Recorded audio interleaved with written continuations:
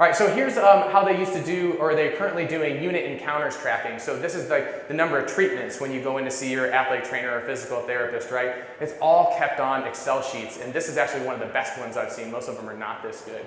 And so it takes weeks when a unit or a command comes down to say, hey, how many treatments did you guys do last year? And on this number of body segments, and what's the return on investment for this, right? So one of the things we started doing was building this dashboard, which actually logs the daily treatments for the sports medicine teams. And actually, I can assign a dollar value to each one of those treatments that come in. So when a command, this happens all the time.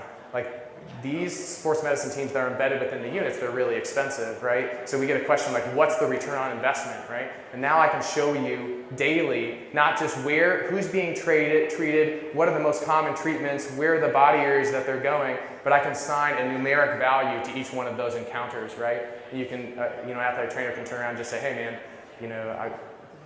you're getting your bang for your buck, right? And it's really easy for us to take that look.